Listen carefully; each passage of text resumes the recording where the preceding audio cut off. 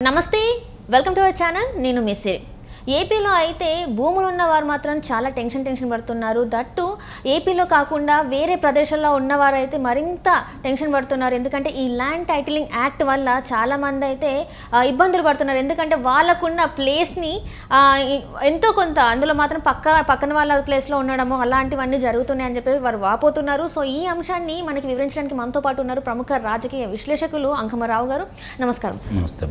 Sir ఇప్పుడు చూస్తున్నట్టయితే ఈ ల్యాండ్ టైటిలింగ్ యాక్ట్ చాలా వరకు ఏపీ ప్రజల్ని ఇబ్బంది పెడుతుంది టెన్షన్ పెడుతుంది అని చెప్పేసి మనకు వార్తలు వస్తున్నాయి ఏంటంటే ఎంతో కొంత అంటే వాళ్ళు పైసా కూడబెట్టి సంపాదించుకున్న ఆస్తిని ఇప్పుడు ప్రభుత్వం వాళ్ళు చేజెక్కించుకోవాలని చెప్పేసి చూస్తుంది ఇంకొకటి ఏంటంటే ఒక 10 ఎకరాలు ఉంటే అందులో 2-3 ఎకరాలు వేరే వాళ్ళ పేరు మీద ఉండడం కూడా జరుగుతుందని చెప్పేసి మనకి వార్తలు వస్తున్నాయి సో ఇప్పుడు మరి ఏం జరగబోతుంది ఏపీలో అంటే ఇక్కడ ఒకటి అర్థం చేసుకోవాలి స్వదేశంలో ఉండవాళ్లే కాకుండా విదేశాల్లో ఉండి ఉన్నత ఉద్యోగాలు చేస్తూ 4 డబ్బులు సంపాదించుకున్న వాళ్ళు ఇక్కడ కూడా వ్యవసాయం మీద కావచ్చు లేకపోతే ఇక్కడ కూడా ఉద్యోగాలు చేసి సంపాదించుకునే వాళ్ళు కావచ్చు సహజంగా వాళ్ళందరికంతకంటే మాతృభూమి మీద మమకారం ఉంటుంది దానికంటే ముఖ్యంగా వాళ్ళ సొంత గ్రామాల్లో వాళ్ళకి ఆస్తిపాస్తులు ఉండాలని వాళ్ళు బలంగా కోరుకుంటారు అలాగే వాళ్ళ తల్లిదండ్రులు వాళ్ళ బంధువులు కూడా అక్కడే ఉంటారు కాబట్టి వాళ్ళ ఆస్తులకి రక్షణగా ఉంటుందని కూడా వాళ్ళు భావిస్తారు కాబట్టి వాళ్ళు సంపాదించిన ధనంలో భూములు కొనుక్కోవటం లేకపోతే ఇల్లు కట్టుకోవటం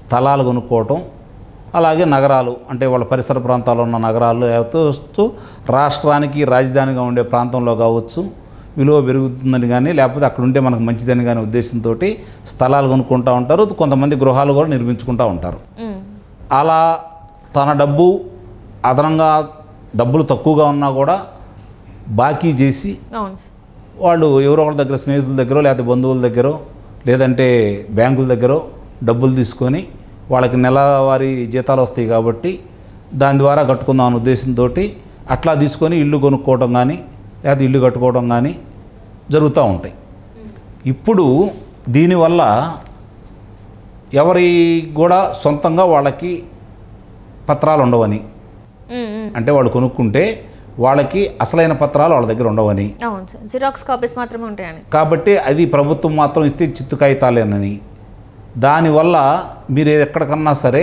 మళ్ళీ మీ పిల్లలకు ఉద్యోగం కోసమో లేకపోతే చదువుల గురించి కోసమో లేకపోతే విదేశాలకు వెళ్ళటం కోసమో లేదంటే మీ అవసరాల కోసమో భూమిని ఎవరి దగ్గరైనా పెట్టి అప్పు తీసుకోవాలనుకుంటే వాళ్ళ అనుమతే తీసుకోవాలి వాళ్ళు ఇది మీరు వెళ్ళండి అని చెప్పని వాళ్ళకి ఇష్టమై మీకు ఇస్తే ఏదో గుణా నుండి మీకు ఇస్తే అప్పుడు మాత్రమే మీరు వెళ్ళగలుగుతారు అదే ఇప్పుడేం జరుగుతుంది మీ దగ్గర ఉన్నటువంటి మీ సొంత పత్రాలను తీసుకొని కనుక వెళ్తే అసలైన పత్రాలు మీరు తీసుకొని వెళ్తే అది బ్యాంకు దగ్గరకు కావచ్చు లేకపోతే అప్పు ఇచ్చే వాళ్ళ దగ్గరకు కావచ్చు వెళ్తే రుణం ఇచ్చే వాళ్ళ దగ్గరికి వెళ్తే వాళ్ళు అది పరిశీలించి ఈసీ చూసుకొని గత 15 సంవత్సరాల నుంచి ఎవరి భుక్తంలో ఉంది ఇది ఎవరి హక్కు ఇది అని చెప్పని చూసుకొని వీళ్ళ పేరుని ధృవీకరించుకొని వీళ్ళ ద్వారా ఎప్పటి నుంచి ఉంది పూర్వీకుల ద్వారా కొన్నారా లేకపోతే వేరే వాళ్ళ ద్వారా ఏదన్నా కానుకల ద్వారా వచ్చిందా ఇవన్నీ చూసుకున్న తర్వాత పరిశీలించుకొని అప్పుడు వాళ్ళు అప్పులు ఇస్తారు అవసరాలకు ఉపయోగపడటానికి అవసరం ఉంటుంది లేదు అప్పులు అవుతాయి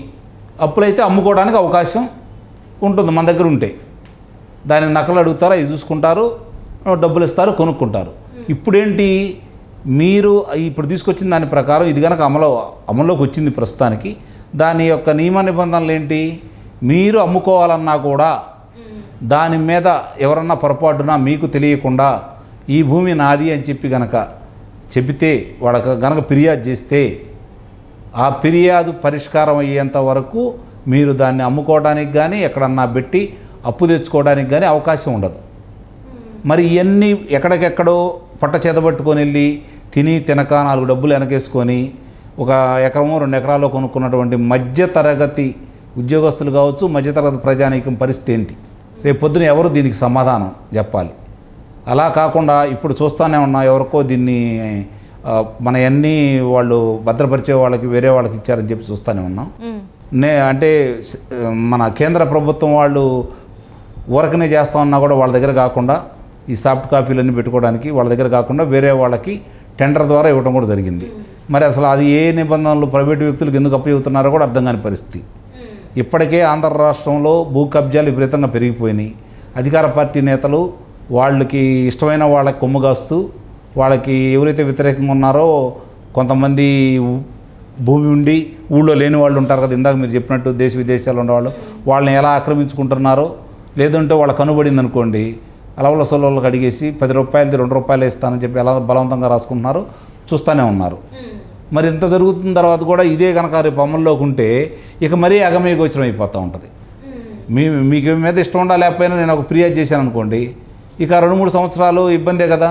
లేదు నాదని నేను మీకు ఫిర్యాదు చేశాను అనుకోండి, మీరు విదేశాల్లో ఉంటారు, 3 సంవత్సరాలు రారు, వాళ్ళ నిబంధనల ప్రకారం నాది అయిపోతుంది కదా. నాది అయిపోయిన తర్వాత ఇంకోటి నా మీద ఇంకోటి పెడతారు కదా. అంటే ఎవరు అమ్ముకోవడానికి హక్కు లేదా? ఇకనా ప్రభుత్వం ఇప్పుడు ఏం చేస్తుంది, ఆ ప్రభుత్వం తీసుకెళ్ళి ఎవరో వాళ్ళ దగ్గర తాకట్టు పెట్టి ఆ డబ్బులు తెచ్చుకుంటుంది. అంటే ఇక్కడ భూ స్థలాలే కాకుండా ఇళ్ళ స్థలాలు, ఇల్లులు, అపార్ట్మెంట్స్ వీటిపైన కూడా వాళ్ళకి అన్నేసారు ఆల్రెడీ కబ్జా చేస్తున్నారు, అంటే వాళ్ళు తీసేసుకుంటున్నట్టు కూడా వార్తలు వస్తున్నాయి సార్. మరి ఏంటంటారు అసలు అక్కడ ఉన్న ప్రజల పరిస్థితి ఏంటి? మిడిల్ క్లాస్ వాళ్ళు చాలా కళలు కానీ వాళ్ళ సొంత ఇంటిని కళ నెరవేర్చుకుంటారు, మరి వాళ్ళ పరిస్థితి ఏంటి అసలు? వాళ్ళందరూ మళ్ళీ 175 జగన్మోహన్ రెడ్డి గారిని గెలిపించుకుంటే అన్నిటికీ పరిష్కారం దొరికింది. అదే ఒకటి పరిష్కారం, ఇంకంతకంటే వేరే ఉంది వాళ్ళకి. ఆయనే న్యాయం చేస్తాడు కదా, అంతే. మళ్ళీ ఆయనని గెలిపిస్తే ఈసారి అన్ని సమస్యలకు పరిష్కారం ఆయనే చేస్తాడు. అంటే ఇక్కడ చూస్తున్నట్టయితే సార్, అంటే మీరు అనేది ఏంటంటే మళ్ళీ అంటే ఈసారి అయినా ప్రజలు గట్టిగా ఆలోచించి, ఎందుకంటే మనంగా బ్రతకాలన్నా, మన స్వతంత్రంగా ఉండాలన్నా, మన ఆస్తులు మన దగ్గర ఉండాలన్నా, రేపు పొద్దున ఏ అవసరాలకి వీటికి వినియోగించుకోవడానికి ఎప్పుడో మామూలు ప్రభుత్వం చేయాల్సింది ఏంటి, దాంట్లో ఏదైనా సమస్యలు ఉంటే పరిష్కారం చేయాలా, ఏదన్నా ఫిర్యాదులు ఉంటే దాన్ని పరిశీలించాలా, న్యాయం చేయాలి. ఎవరైనా ఆక్రమించుకుంటే వాళ్ళని తొలగించేసి ఎవరైతే హక్కుదారుడు ఉంటాడో వాళ్ళకి అందజేయాలి, అప్పుడు న్యాయం జరిగిద్ది. అంతేగాని మొత్తం మా దగ్గర పెట్టుకుంటాము, డిజిటలైజేషన్ చేశాము, మీరు చేయాలి అంటే మీరు వేసిన రాళ్ళు ఎక్కడ కొలిసి చేశారు? పరిష్కారం కూడా లేదు కదా. రాళ్ళు కూడా వేశారు, పరిష్కారం కాకుండానే వేశారు. మీకు అనుకూలమైన వాళ్ళకి కట్టబెట్టారు, వ్యతిరేకులైన వాళ్ళని కుదించారు. అదే కదా మీరు చేసింది. రేపొద్దున కూడా ఎంతకంటే గొప్పగా చేస్తారని ఎవరు అనుకుంటారు చెప్పండి? అందుకే కదా నేను అంటుంది. అంటే ఇప్పుడు చూస్తున్నట్టయితే మీరు చెప్పినట్టు ఇప్పుడు ఈ లా అంటే ఏదైతే ఇప్పుడు తీసుకొచ్చారో ఈ ల్యాండ్ టైటిలింగ్ యాక్ట్, కేంద్ర ప్రభుత్వం మాత్రం చెప్తుంది ఏంటంటే మేమైతే ఎలాంటిది మేము ఒప్పుకోలేదు, ఇది జగన్ మాత్రమే చేస్తున్న ఇది అని చెప్పేసి అంటున్నారు. మరి దీన్ని ఎలా చూడాలి sir?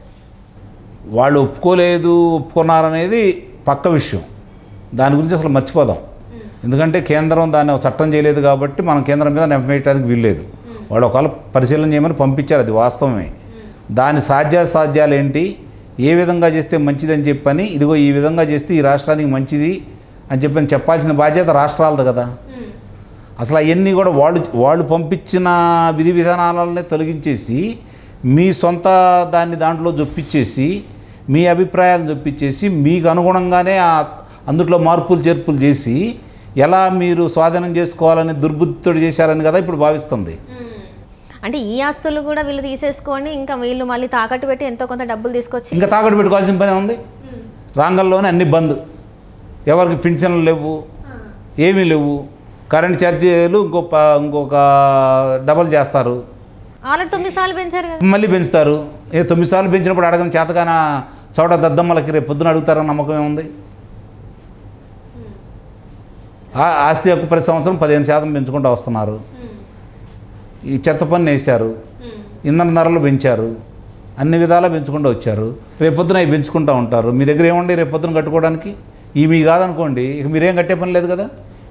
Right sir, right. Thank you so much sir. Thank you.